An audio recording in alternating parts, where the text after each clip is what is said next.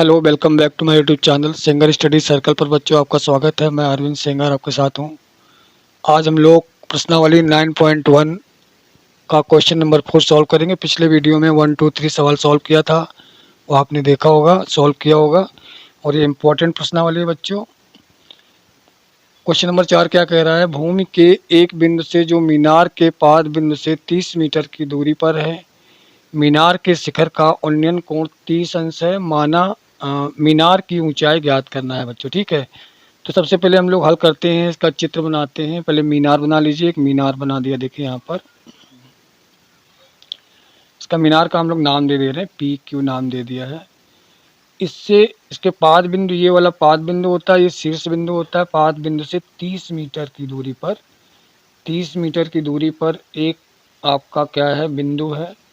वहाँ पर इसका उन्नयन कोण क्या है बच्चों? 30 अंश है। उन्नयन कोण जो होता है वो नीचे से देखा जाता है, जो आंख पर बनता है। ऊपर किसी बिल्डिंग को या किसी वस्तु को देखना होता है तो ये उन्नयन कोण बनता है, और ऊपर से नीचे देखना हो तो अवनमन कोण बनता है। तो यहाँ पर उन्नयन कोण है बच्चों। ठीक है, ये ज्ञात है हमको।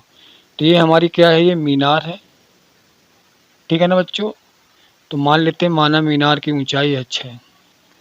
यहाँ मान लेते हैं, पहले ज्ञात है, क्या क्या ज्ञात है लिख लेते हैं। ज्ञात है आपका PQR, यानी यहाँ पर PR कितना है, ज्ञात है आपका PR इक्वल टू, चित्र से है ये, 30 मीटर है ना बच्चों।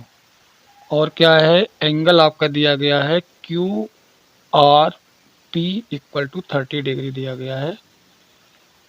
और आपका मान लेते हैं, माना मीनार की ऊंचाई, माना मीनार की ऊंचाई जो है वो h मीटर है। ये हमें निकालना है बच्चों। ठीक है, इसलिए हमने इसको मान लिया h मीटर। अब हम क्या करते हैं, समकोण त्रिभुज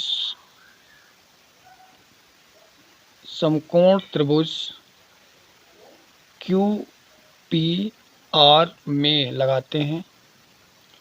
देखिए यहाँ पर लंब और आधार का संबंध आपका tan से होता है, तो tan लगा देंगे। tan थीटा इक्वल टू आ जाएगा लंब बटे आधार। लंब हमारा PQ है बच्चों, और आधार क्या है, PR है। अब हम लोग क्या करेंगे, रीडिंग रख देते हैं। tan थीटा यानी tan 30 आ जाएगा ये आपका, और PQ है हमारा h, और ये 30 डिग्री है। ठीक है बेटे, देखिए अब आप क्या करते हैं, इसका मान रख देते हैं। tan 30 का मान बच्चों 1/√3 हो जाएगा। आप जानते हैं, पिछली एक्सरसाइज में हम लोगों ने किया था। अब इसके बाद हम लोग करेंगे क्रॉस मल्टीप्लाई कर देते हैं बच्चों।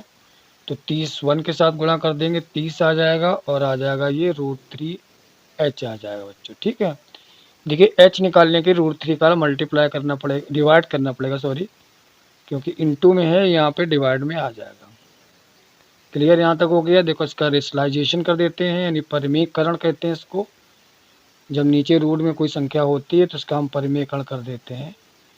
तो परिमेयकरण कर देते हैं। परिमेयकरण करने पर क्या हो जाएगा, 30√3 अपान √3 का √3 से मल्टीप्लाई करने पर 3 आ जाता है। 3 से इसको काट देंगे तो आ जाएगा h इक्वल टू 10√3 मीटर। यही हमारी मीनार की ऊंचाई आ गई बच्चों। ठीक है, क्या है ये, मीनार की ऊंचाई है। मीनार की ऊंचाई आपकी आ गई इस तरह से। कितने मीटर आई, 10√3 मीटर आ गए। इस तरह से हमारा आंसर आ गया बच्चों। दूसरे सवाल पे, नेक्स्ट सवाल पे हम लोग चलते हैं, क्वेश्चन नंबर 5 पर। क्वेश्चन नंबर 5, भूमि से 60 मीटर की ऊंचाई पर एक पतंग उड़ रही है बच्चों। पतंग में लगी डोरी को अस्थायी रूप से भूमि से बांध दिया जाता है। चलिए, ये पतंग है आपकी, यहाँ पर पतंग उड़ रही है, और ये 60 मीटर जमीन से इसकी ऊंचाई है। कितनी है, 60 मीटर बच्चों है। और इसकी डोरी को एक जमीन के स्थायी बिंदु से बांध दिया था, अस्थायी रूप से इसको बांध दिया गया। ठीक है ना बच्चों? तो भूमि के साथ डोरी का झुकाव कितना है, ये 60 अंश का झुकाव है बच्चों। यहाँ पर इसको हम नंबरिंग कर दे रहे हैं, PQR। हमें निकालना क्या है, डोरी की लंबाई ज्ञात करनी, यानी ये हमें निकालना है। तो ये मान लेते हैं, इसको हम L मान लेते हैं भैया। ठीक है, अब देखिए क्या क्या ज्ञात है, हम लिख दे रहे हैं। ज्ञात है आपको यहाँ पर पतंग की ऊंचाई, पतंग की ऊंचाई जमीन से कितनी है, PQ बराबर आपकी 60 मीटर दी गई है ना बच्चों।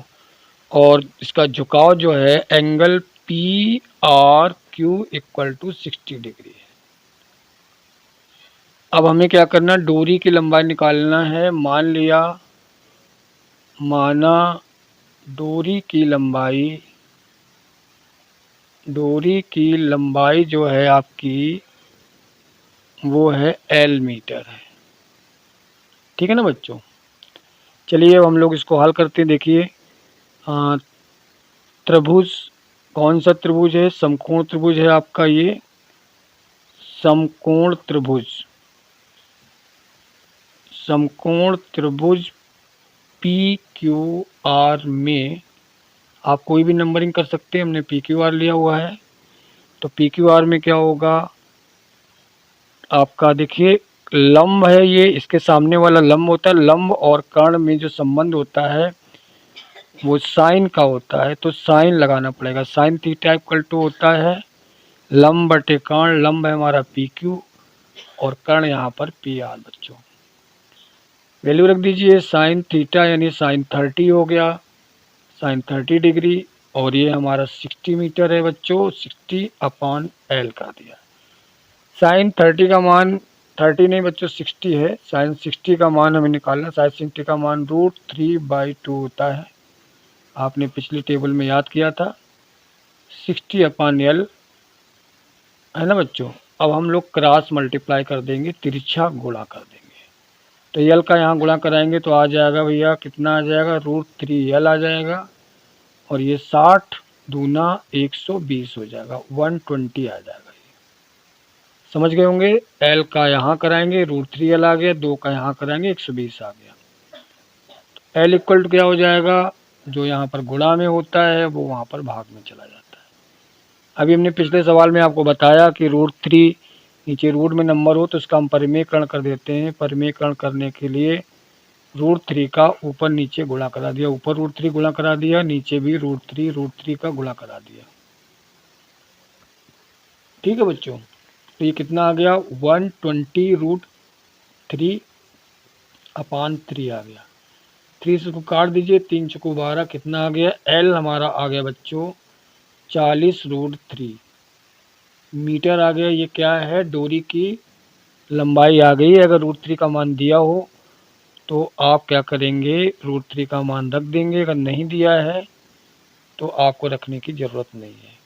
तो ये हमारी डोरी की लंबाई इस तरह से आ गई। कितनी आ गई भैया, 40√3 मीटर। यही हमारा आंसर आ गया। इस तरह से हम लोगों ने क्वेश्चन नंबर 5 सॉल्व किया बच्चों। आप समझ गए होंगे, आपके सामने ये पतंग बनी हुई है ये। और नेक्स्ट क्वेश्चन नंबर 6 को हम लोग सॉल्व करते हैं। क्वेश्चन नंबर 6 बच्चों, 1.5 मीटर लंबा एक लड़का है। चलिए 1.5 मीटर लंबा लड़का हम बना देते हैं, उसके साथ चलते हैं। ये 1.5 मीटर लंबा लड़का है बच्चों, ठीक है। ये बॉय है आपका, ठीक है। ये AB बॉय मान लिया, ये लड़का है, ठीक। आपका 30 मीटर ऊंचे भवन, यानी एक हमारा 30 मीटर ऊंचा भवन है। ये देखिए 30 मीटर ऊंचा भवन है। कितना मीटर ऊंचा भवन है, 30 मीटर ऊंचा भवन है ये आपका। यानी यहाँ से ये लंबाई जो है 30 मीटर है। देखिए इसको ऐसे से मिला दीजिए, इस तरह से मिला दीजिए, ठीक है। तो ये जो लंबाई है आपकी कितनी हो जाएगी बच्चों, बताइए। 30 मीटर है, 30 मीटर में 1.5 मीटर कम हो गया। ये है हमारा 1.5 मीटर, 1.5 मीटर है, ये कम हो गया। तो हम 30 से इसको घटाएंगे तो ये आ जाएगा 28.5 मीटर आ जाएगा, ठीक है। इसको यहाँ से मिला दीजिए। ये कह रहा है उसकी आंख से भवन के शिखर का उन्नयन कोण 30 से 60 हो जाता है। मतलब पहले आपका 30 डिग्री था ये, फिर क्या है, ये यहाँ चल के आया, यहाँ पर चल के आ गया। मान लीजिए इतनी दूरी चल के आ गया तो इसका कोण जो है वो 60 डिग्री हो गया। कितना हो गया बच्चों, ये 60 डिग्री हो गया। ठीक है। तो कह रहे हैं कितनी दूर चला था, तो ये दूरी हमें मान लिया हमने, ये दूरी मान लिया x दूरी चला था और इस दूरी को मान लिया y मान लिया। ठीक, इस तरह से हमारा चित्र प्राप्त हो गया है। कह रहा कि वह भवन की ओर कितनी दूरी चल कर गया, तो हमने माना x दूरी चल कर गया। तो पहले हम लिख लेते हैं क्या क्या हमको ज्ञात है बच्चों। देखिए ज्ञात है आपका, ज्ञात है हमारा, इसकी नंबरिंग कर दीजिए। ये ए बी था, ये ले लेते हैं सी डी ई। ठीक है, तो इस तरह से हमने इसकी नंबरिंग कर दी। तो हमें क्या क्या ज्ञात है भाई, देखो यहाँ पर पीसी हमें पता है 30 माइनस 1.5 किया गया है, तो कितना हो गया 28.5 मीटर हो गया। क्लियर। और क्या क्या पता है, एंगल डी ई सी पता है, डी ई सी। देखिए डी ई सी कितना है, 60 डिग्री है। और क्या है, angle D A C, angle D A C बराबर 30 डिग्री। हमारे पास दो ट्रायंगल दिखाई दे रहे हैं। ठीक है ना बच्चों। अब ये कह रहा है कि कितनी दूरी चला था, तो हमने माना लड़का x मीटर दूरी चला, x मीटर दूरी चला है वो, तो उसकी आंख पर कितने डिग्री का, 60 डिग्री का कोण बन गया। चलिए इतना हमने सब मान लिया। अब देखिए अपने ट्रायंगल पे चले आते हैं। पहले छोटे ट्रायंगल में लगा देते। छोटा ट्रायंगल हमारा है डी ई सी। देखिए समकोण त्रिभुज डी सी ई में, डी सी ई यानी ये हमारा 90 डिग्री है। तो डी सी ई में क्या है हमारा, इसमें लगाना है तो आ जाएगा, यानी लंब और आधार में लगाना तो tan लगेगा बच्चों, tan थीटा का ही संबंध होता है। tan थीटा बराबर होता है लंब बटे आधार। लंब हमारा DC है, ये DC है, और आधार हमारा EC है, तो EC लिख दीजिए। जैसा कि हमने बताया नंबर अपने हिसाब से कुछ भी ले सकते हैं, लेकिन सिस्टम पे चलेंगे तो आंसर वही आएगा। तो यहाँ कर देंगे tan 60 आ गया, tan 60 बराबर आ जाएगा। और ये दूरी देखिए 28.5 है, तो हम 28.5 लेंगे, 30 नहीं लेंगे, 30 तो जमीन से दूरी थी। और EC हमने y मान लिया है, देखिए ये y माना है, तो ये y हो गया। tan 60 का मान कितना है, √3 है बच्चों। और आ गया 28.5 बटे y आ गया। y का यहाँ गुणा कर देंगे तो कितना आ जाएगा, √3y इक्वल टू आ जाएगा 28.5 आ जाएगा बच्चों। तो y इक्वल टू क्या आ जाएगा, 28.5 बटे √3। इस तरह से देखिए हमारा ये आ गया। अब इसका परिमीकरण कर देंगे, तो परिमीकरण बाद में करते हैं। चलिए अभी और हमें करना है। अब देखिए हम, अब यहाँ पर आ जाइए। देखिए अब पुनः मतलब दोबारा DCE समकोण त्रिभुज DCA में लगाते हैं। समकोण त्रिभुज DCA, ये A है भैया, है DCA में देखिए हमारा कोण क्या, 30 आ गया। तो सीधे लिख दे रहे हैं tan 30 बराबर लंब बटे आधार। हमारा लंब है ये देखिए 28.5 है, 28.5 लिख दिया हमने। और अपान AC है, चलिए लिख लेते हैं पहले इसको, हम आपको कंफ्यूज हो जाएंगे। ये DC बटे AC आ गया। tan 30 का मान रख देंगे, tan 30 का मान 1/√3 हो गया। DC हमारा 28.5 है बच्चों। और ये देखिए आ जाएगा x प्लस वाई। क्या हो जाएगा, x प्लस वाई आ जाएगा, क्योंकि पूरी दूरी हमें लेनी है। अब क्रॉस मल्टीप्लाई कर दीजिए भैया। ठीक है, तो क्या आ जाएगा, x plus Y equal to 28.5 ये हमारा आ गया। इसको हम इक्वेशन नंबर यहाँ पर देखिए 1 मान लेते हैं। तो क्या करते हैं, y का मान रखने पर y का मान रखने पर। तो y का मान रख देते हैं। थोड़ा देख लीजिए, इसको परिमेयकरण कर लेते हैं बच्चों, ठीक है। तो y इक्वल टू, इसको यू ना मानिए तो ईजी हो जाए, क्योंकि यहाँ पर √3 आया है। तो 28.5 इंटू √3 का गुणा कर दीजिए ऊपर नीचे, √3 इंटू √3 कर देंगे तो आ जाएगा 3 हो जाएगा। y equal to 28.5 √3/3। 3 से आप इसको काट दीजिए, तो y इक्वल टू 3 से काटेंगे तो 3 में 27 हो जाएगा। 3 में 27 पॉइंट आ गया, पॉइंट लगा दीजिए, एक बच्चा 15 हो गया, 3 बचे 15 यानी 9.5 आ गया ये। तो y का मान रख दीजिए, इसको हम समीकरण 1 मान लेते हैं। y का मान रखेंगे जब, तब यहाँ पर देखिए x प्लस 9.5 √3 इक्वल टू 28.5 √3 आ गया। अब हम लोग क्या करेंगे, पश्चांतर कर देंगे।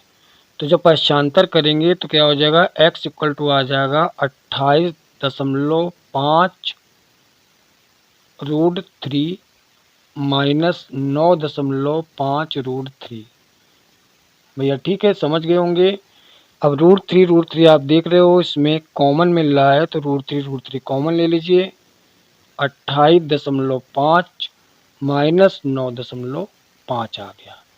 देखिए 28.5 से 9.5 घटा देना है। 28.5 से 9.5 घटाएंगे, माइनस करेंगे, 0 आ जाएगा। 18 से 9 गया, 9 आ जाएगा।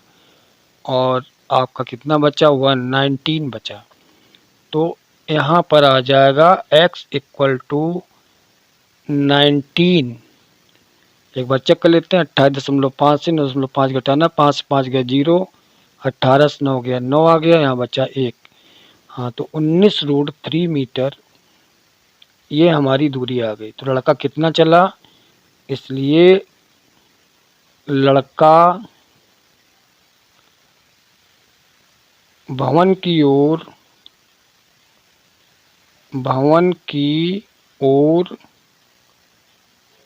19 √3 मीटर गया, ठीक है, यानी चला। तो इस तरह से देखिए ये हमारा आंसर आ गया बच्चों। क्वेश्चन नंबर 3 हम लोगों ने सॉल्व किया, वैसे हमने यहाँ सॉल्व किया, यहाँ सॉल्व किया, आप कंटिन्यू नीचे सॉल्व कर सकते हैं, ठीक है। इस तरह से क्वेश्चन नंबर 4, 5, 6 इस वीडियो में पढ़ेंगे और आप इसको कंटिन्यू करेंगे, क्योंकि इम्पोर्टेंट प्रश्नावली है आपके लिए बहुत ही। इसमें से क्वेश्चंस जो है लॉन्ग क्वेश्चन आता है बच्चों, ठीक है। आप लोग समझ गए होंगे। इसी तरह सवालों को हल करते रहिए, स्वस्थ रहिए और मस्त रहिए। जय हिंद बच्चों। अगर चैनल सब्सक्राइब नहीं किया है तो आप चैनल को सब्सक्राइब करिए और लाइक भी करिए और लोगों के साथ शेयर भी करिए, जिससे कि ज़्यादा से ज़्यादा लोगों तक वीडियो पहुंच सके। तो लड़का भवन की ओर कितनी ओर गया, 19 √3 मीटर चला है बच्चों, ठीक है।